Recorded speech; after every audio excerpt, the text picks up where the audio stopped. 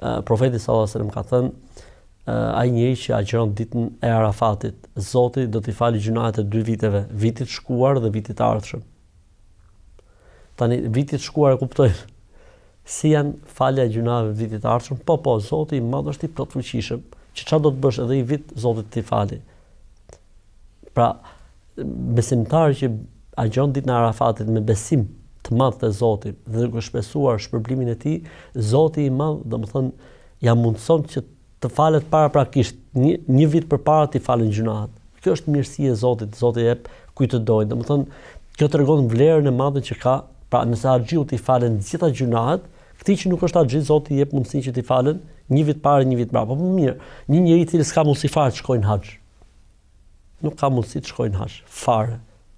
Dhe gjithë jetën e tij ka agjëruar ditën e Arafatit. Gjë tjetër interesante, nëse unë më janë fal gjunahet e vitit kaluar dhe agjëroj prap ditën e Arafatit që vjen, domethënë unë bëhet një falje mbi faljen.